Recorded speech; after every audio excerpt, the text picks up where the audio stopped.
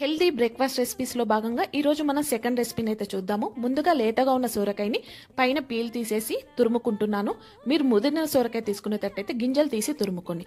1 cup సొరకాయ తురుముకు 1 cup మందంగా ఉన్న అటుకులు తీసుకొని వాష్ చేసుకొని ఫిల్టర్లోకి వేసుకుంటున్నాను. తర్వాత స్టవ్ మీద కడాయి పెట్టేసుకొని ఆయిల్ వేసుకొని 1 గుప్పెడు పల్లీలు వేయించుకొని పక్కన తీసుకుంటున్నాను. ఇందులోకి పోపు దినుసులు వేసుకొని 5-6 పచ్చిమిర్చి ముక్కలు సన్నగా కట్ చేసి వేసుకుంటున్నాను. ఇక్కడ పచ్చిమిర్చి ఎక్కువగా వేసుకుంటేనే టేస్ట్ బాగుంటుంది. పచ్చిమిర్చి మంచిగా వేగిన తర్వాత సన్నగా పొడుగ్గా కట్ చేసుకుని ఉల్లిపాయ ముక్కలు వేసుకొని ట్రాన్స్పరెంట్ గా అయిన తర్వాత తురిమిన సోరకాయ వేసుకొని కొద్దిగా ఉప్పు వేసుకొని మూత పెట్టుకొని మగ్గించుకోవాలి.